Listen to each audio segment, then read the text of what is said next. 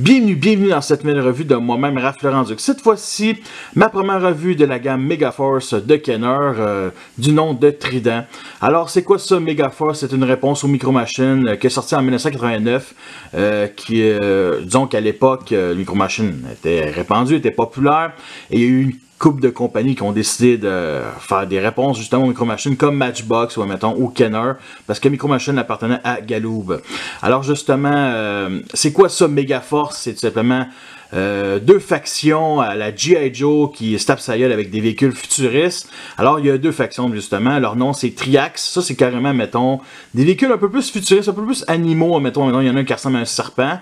Lui, admettons, ça c'est pour moi, on va dire les méchants, les Russes, mettons, on va dire ça de même, mettons, ce serait la guerre froide, aurait continué, ça aurait été de même. Fait que pour moi, ils sont méchants. Et il y a les Virox, qui sont l'Occident, mettons. Lui, il fait partie, mettons, des Virox, qui sont des véhicules quand même futuristes, mais beaucoup plus réalistes, mettons. Ça, c'est mon avis, mais bon, il y a un peu de tout dans cette gamme-là.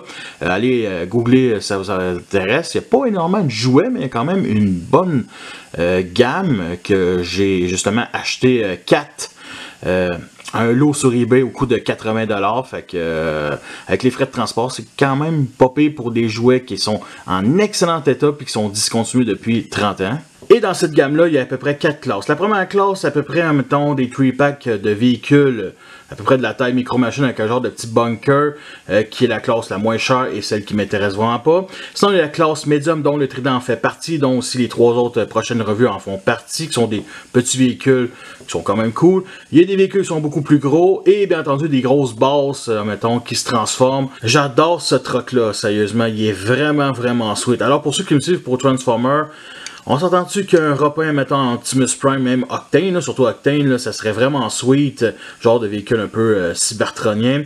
Alors justement, pour ce qui est des couleurs, on a un gris plastoc ici, assez foncé, vraiment cool. Sinon, on a du noir pour justement les chenilles, les roues ici. De la peinture grise à l'intérieur des jantes, ainsi que pour les vitres à l'avant. Vraiment sweet, très futuriste. Sinon, d'autres détails ici, noir et jaune. Ici, on a un genre de symbole de la faction Virox qu'on trouve ici sur le top.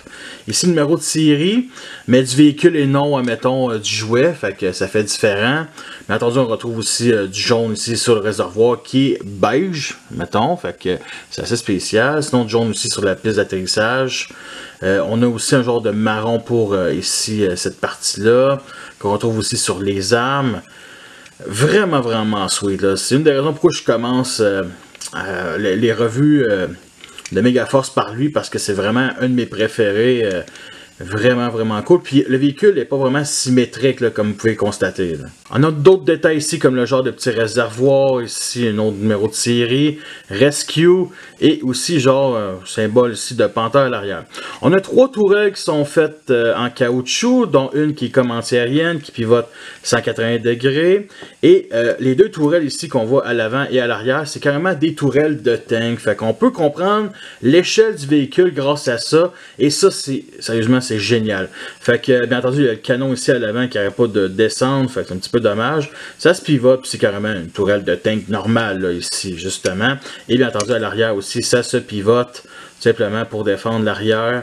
Vraiment sweet, là. Sérieusement, ces petits canons-là, là, vraiment cool. J'adore ce véhicule-là. Sérieusement, je l'aime vraiment beaucoup. Puis, bien entendu, de tirer à l'avant.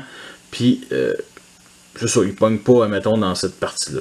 On a des petites roulettes ici en dessous qui sont indépendantes pour ceux à l'arrière, sinon ceux à l'avant sont dépendantes. Un petit détail ici, sinon aucun souci de roulement. Alors on a une petite gimmick ici qui est tout simplement, on soulève cette partie-là, on peut même justement rabaisser la plateforme et on peut venir déclipser justement le réservoir ici. Comme ça descend tout seul. Qui est honnêtement beaucoup détaillé, j'aime beaucoup, genre c'est vraiment sweet, l'application de peinture jaune là, c'est vraiment beau. Puis il y a une affaire qui me fait rire, c'est que c'est écrit Vehicle Front, donc qui nous indique la direction, comment mettre, mettons, le réservoir, ce qui honnêtement c'est bien pensé. Fait que ce qu'on peut faire aussi, c'est d'éclipser le petit véhicule aérien ici, qui se clipse grâce à justement la petite pine de métal et qu'on met dans ce petit trou-là, ici. Un genre de port universel pour cette gamme-là. Et on peut venir, mettons, l'installer ici, comme ça, le verrouiller, puis sais, ça tient, là, c'est vraiment, vraiment sweet. Et ce n'est pas tout, on peut mettre ici justement la plateforme sur le dessus, comme ça, mettons, on a une petite genre de petite baie de réparation, fait que c'est vraiment, vraiment sweet, sérieusement. Malheureusement, on peut pas vraiment le mettre de même, vu que ça pogne ici dans la tourelle, mais bon, on peut le mettre inversement, comme ça. Et on peut mettre aussi le réservoir ici sur le dessus. Malheureusement, ça clipse pas, fait que c'est vraiment pas fait. Mais on peut le mettre, mettons, d'une façon verticale ici, comme ça. Un petit close-up sur le véhicule aérien ici. Alors, bien entendu, il y a des moteurs VTOL. Les ailes ici sont en plastique et le reste que vous voyez, c'est du métal, du die-cast, tout simplement. C'est assez lourd. Alors, c'est peint avec le noir pour le cockpit, du bleu qui est très très pâle et bien entendu du orange. Et honnêtement, ça sort super bien. Aussi, le logo de la faction qui est très à droite, on se le mentira pas, là. Très à droite, fait que c'est quand même un peu mal appliqué. Sinon, il y a des genres de petites armes ici, des petites gatling sur chacune des ailes, peut-être à l'avant ici, mais bon, c'est pas peinturé. Il y a l'aileron à l'arrière ici qui est vraiment trop haute, mais à part de ça, ça reste quand même cool, le genre de petit train d'atterrissage ici pour mettre sur une surface plane, tout simplement. Et une petite comparaison avec le X-Wing ici, Micro Machine, et ici le Y-Wing, simplement. Et les ailes pivotent 60 degrés. En comparaison avec les 3 autres véhicules de Megaforce, et j'ai décidé aussi de vous comparer avec quelques micro-machines de mon enfance, ainsi qu'un genre de base mobile de G.I. Joe ici, et la foreuse du film Atlantis, l'Empire perdu.